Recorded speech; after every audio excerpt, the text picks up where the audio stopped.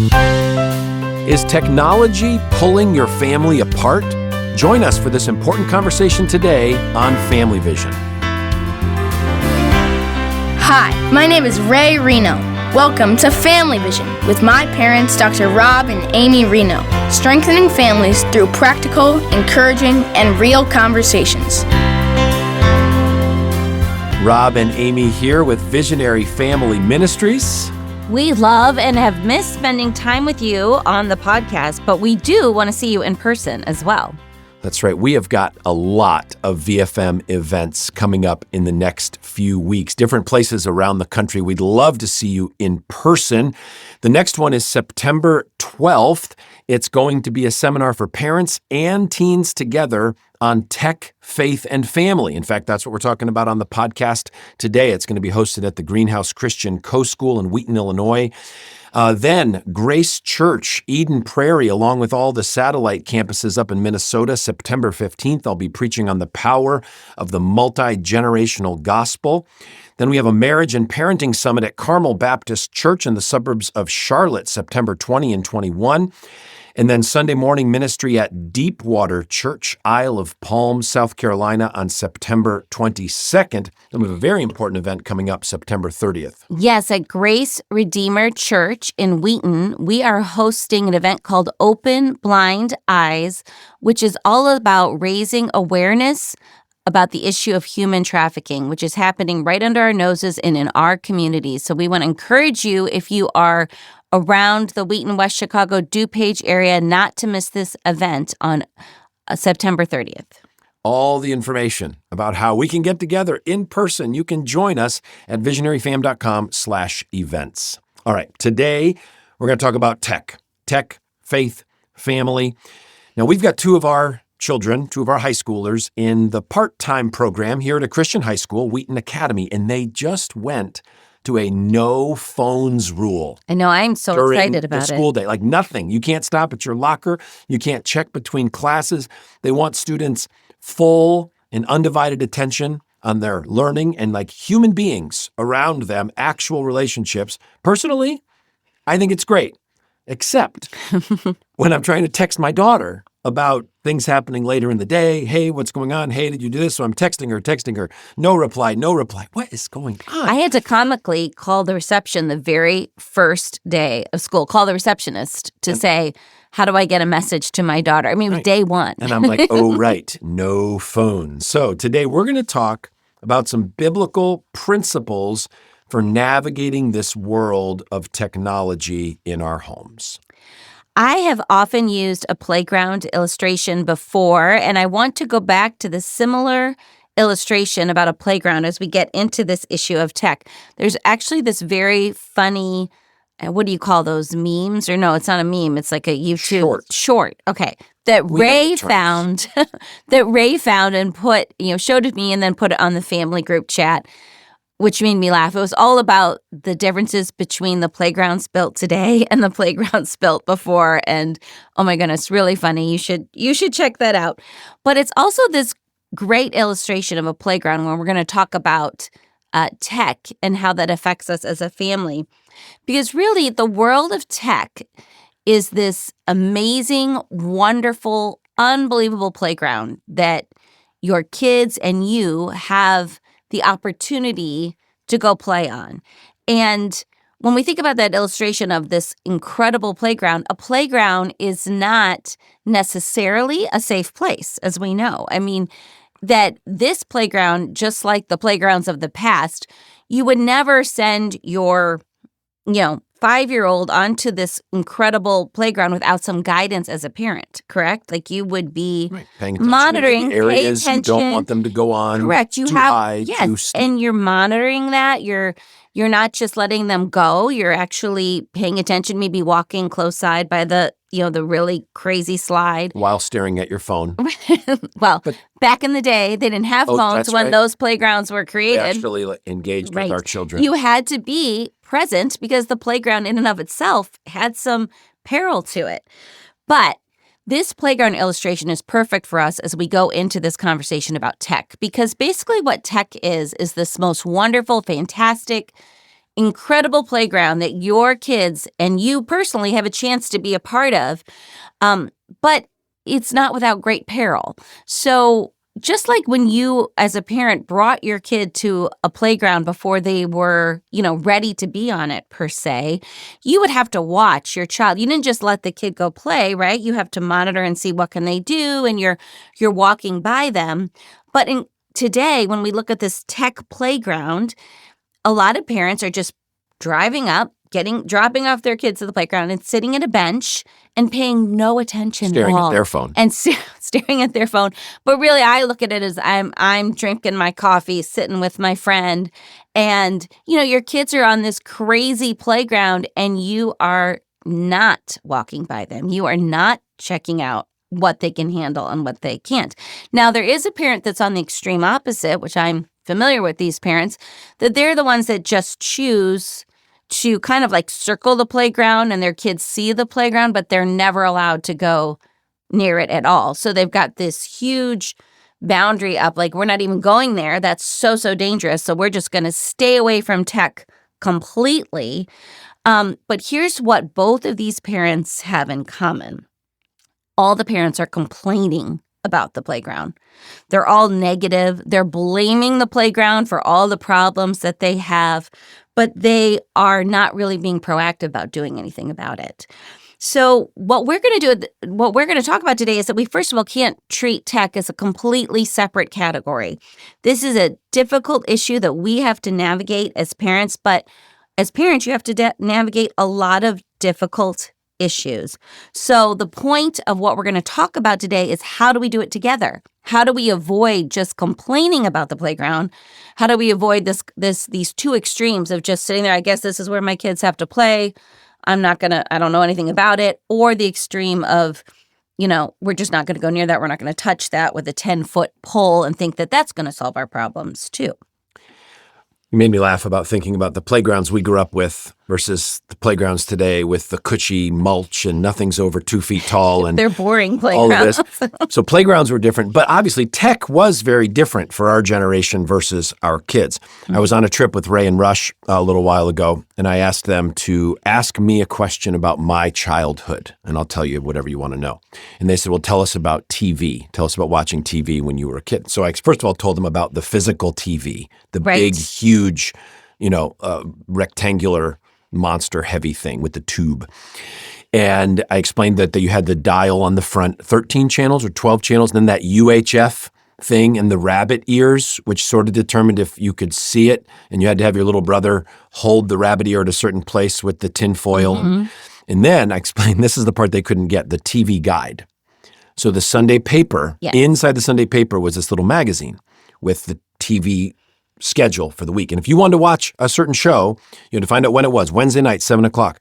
Turn your TV on that channel at that time and you could watch your show.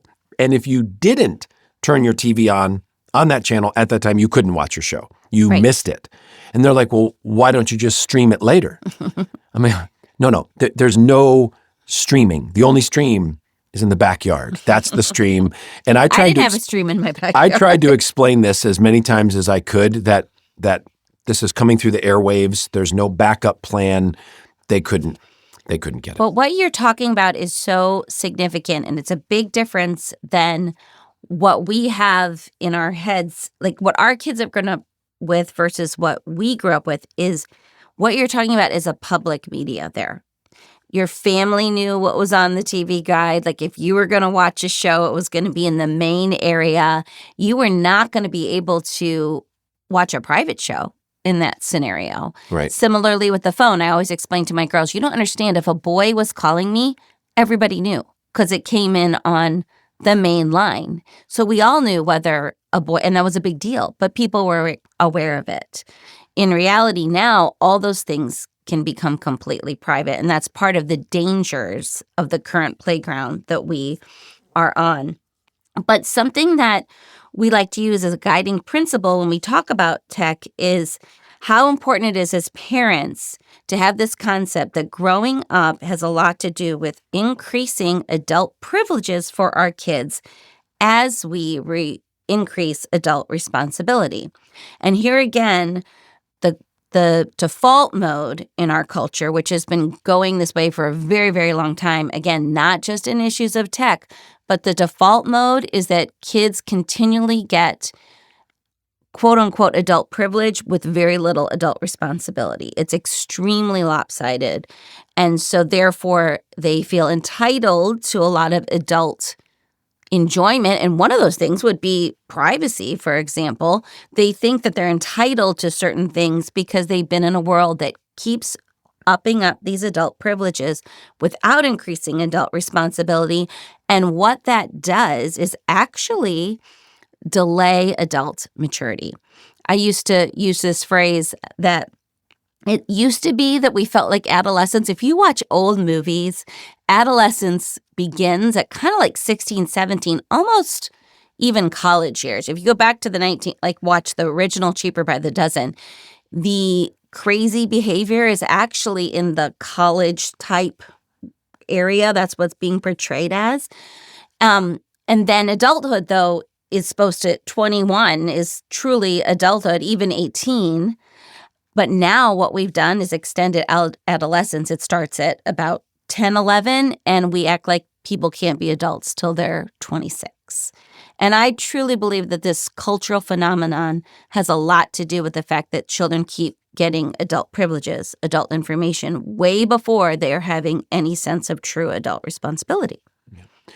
One of the best ways to get insights into the blessings and curses of tech is to talk to your own son, talk to your own daughter, especially if they're a little older, high school, college age, and ask about their experiences. Our daughter, Lissy, now Lissy Bailey, wrote a book called The Heart of Your Teen. And in that book, she interviewed 35 teenagers from even different countries around the world, asked them about their experiences growing up with their parents, their family, their faith.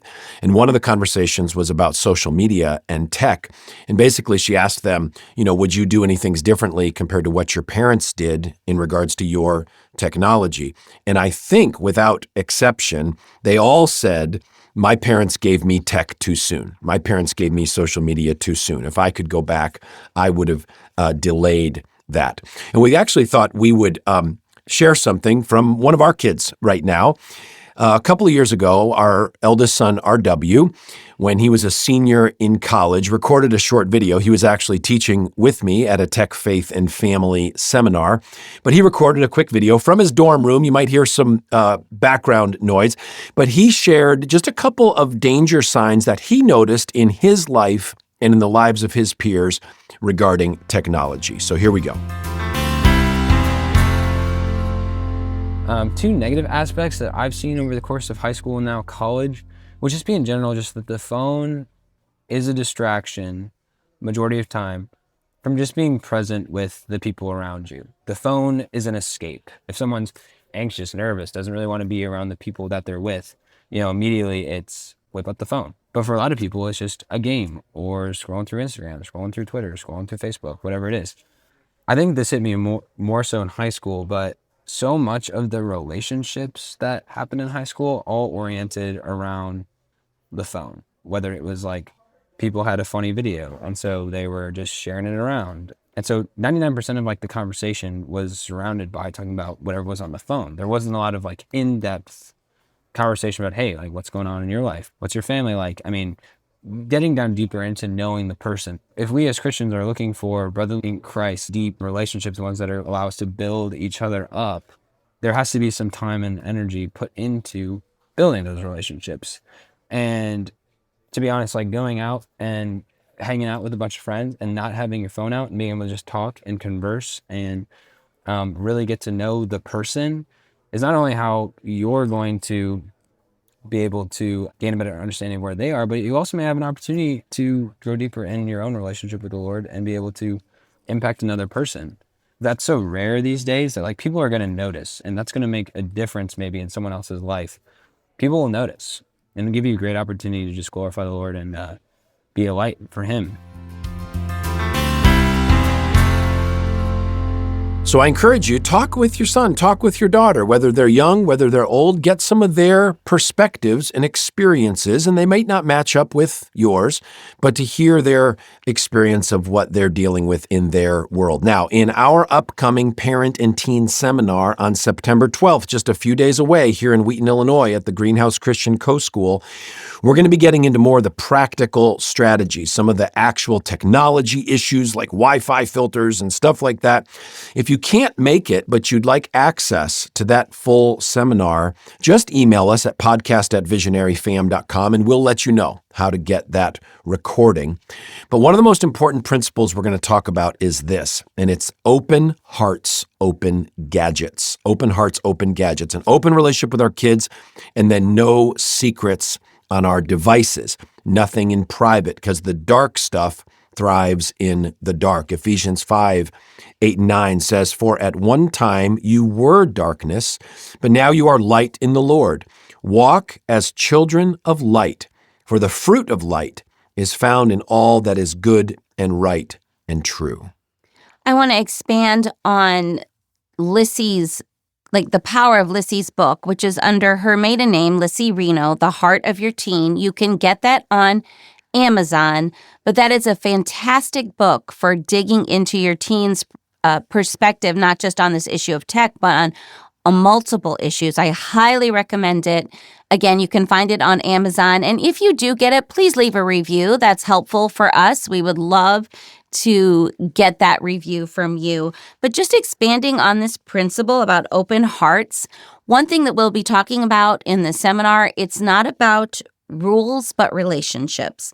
The goal is not having the best tech rules in your house, but instead having the best parent-child relationships, because that is what is going to carry you in your relationship, how you're going to work with these issues with your children, not just when they're in your home and under your care, but even when they're out of their home. We are always promoting a lifelong discipleship relationship. And again, this seminar is going to be very collaborative with your teens. So we are helping you by pushing some of these things in the seminar. So you're not just going without some tools. We're not just telling parents what to do and you go home and try it. You're going to get to try it right there in the seminar. And that's what we're encouraging you now, even with listening to this tech talk on this podcast. Try to listen to this with your teen and get their opinion on it. Yeah. So let's talk about open gadgets for just a minute, just scratching the surface. Obviously, in your early years, you're going to have no gadgets for your kids, or locked down gadgets, or high restrictions on time. Amy and I will never forget when we were in Dubai together. Yes. And out to dinner. And there was a family sitting near us, maybe 3 kids at the table. Can I interrupt you for 1 second? We were teaching marriage and parenting seminars, and a woman came up to me and told me how parenting was done by screens. And she reiterated, like, this is the number one problem that we're having here. And I was like, yeah, I get that. We have that too in America. But I was blown away when we went, apart from the seminar, out to this restaurant. Go ahead. Yeah. Well, there was this family. I think it was 3 kids. There were all the families at the I didn't table, see a and it single was. You were right, looking around the whole restaurant, and lots of kids there. I think it was. There were lots of kids, hotel, lots a of pool, families, things like that. Right. But you had the 2 adults there, and every single kid with a big iPad, And their own screen, right at the table, and it was the whole. And it was the whole restaurant. I didn't see one family or one child that wasn't staring at a screen. Right. And I say this a little bit facetiously, but if you go to try to find the studies on the benefits of 6 hours a day of screen time for toddlers, you probably aren't going to find that study. You're probably not going to find the study on the benefits of family dinners with everyone staring at their phone instead of talking to each other. And you said something, obviously, when you were talking about we don't want to start screens too early, but that is not obvious for many families these days. And while we're talking a lot about in Lissy's book and our upcoming seminar, we're really focused on the middle, like 8th grade and up. That's really our sweet spot. But the reality is this is an issue that's affecting kids at a very young age because it's not obvious anymore. Yeah, and being honest, all of us deal, let's talk about the younger kids for just a minute. All of us struggle with bad behavior issues. We all struggle with whining and complaining and I'm bored and there's nothing to do. I've discovered I can solve any behavior problem in about 10 seconds. And you're like, wow, how can you solve any behavior problem in 10 seconds? By giving the child my phone or my iPad. They stop whining, they stop complaining, they stop saying I'm bored, and they get sucked into the screen. I'm not saying that's good parenting, but the reality is, even though we're talking about, hey, it's important to have boundaries, a lot of us do struggle with solving parenting problems with the screens. But obviously, as kids get older, then in the teen years, when you're ready and they're ready, you're going to try to enter this world of tech together. But what does it mean to have open gadgets? Well, if you allow them to get social media, let's say Instagram, you should have their username and password. We recommend parents have a mirror device. Have another gizmo, some old phone perhaps from the drawer. You can buy a used phone that just has Wi-Fi access and log into that app with your son or daughter's username. Now, don't go acting in the app because you're actually them, but it's a mirror. You get to see what's happening. We try to avoid apps like Snapchat, okay, which are designed for secret communication. After messages are sent, that they are deleted. But you can create a device that mirrors texts going in and out. And one of the principles that we're going to spend a lot of time developing at the September 12th seminar, which again, some of you are listening around the world. We know you can't come to Wheaton, Illinois. You can get access to this. Just email us, podcast@visionaryfam.com. But one of the important principles is that no one is holy enough for a secret online life. No one's holy enough for a secret online life. And if you have a child, a teenager, that doesn't want that openness with you, they don't want you to see what they're doing on social media, they don't want you to see their texts, you don't have a tech problem at that point. That's back to what Amy was talking about just a minute ago. That's back to a heart issue, a relationship issue. So you're not going to solve that with more tech rules. That is something we need to pursue in the relationship and the heart connection. And even what Rob suggested about the mirror device, that is actually moving that ball along. We called this seminar that we were doing Tech, Family, and Faith, because I know the whole idea of a mirroring device, and even that seems like a threat to your child's privacy. And I understand that that's how many teens would perceive that. But again, what we need to get back to are these principles that actually have to do with faith and family, and then apply these things to tech as opposed to just jump in with a bunch of rules. This is how we're going to do it. It's all about building foundation and building heart connection with your children and having a discipleship relationship. And I just want to encourage parents, when we get to this tech issue, it can feel often that we are being told, like we think we have the most challenging situations than any other parenting culture in history. And we're going to really blow apart that myth, because your parents, your grandparents, they all had incredible challenges to face when parenting. We are not given a task that's too hard for us.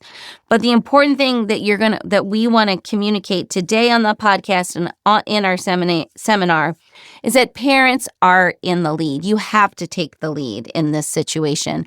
And unfortunately, many of us as parents have gone to institutions to solve the problem for us. We're either happy with the rules of institutions that people are putting for our kids, and that is giving us kind of the wrong footing, because we can tend to depend on the institution to take the lead in the discipleship in this area, but we're going to get ourselves into trouble if we do that. We need to take the lead.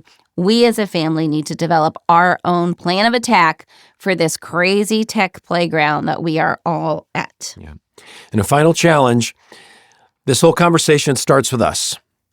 If my kids don't see me physically separated from my phone and my tech, why should I ever expect them to be physically separated from their phone, their tech?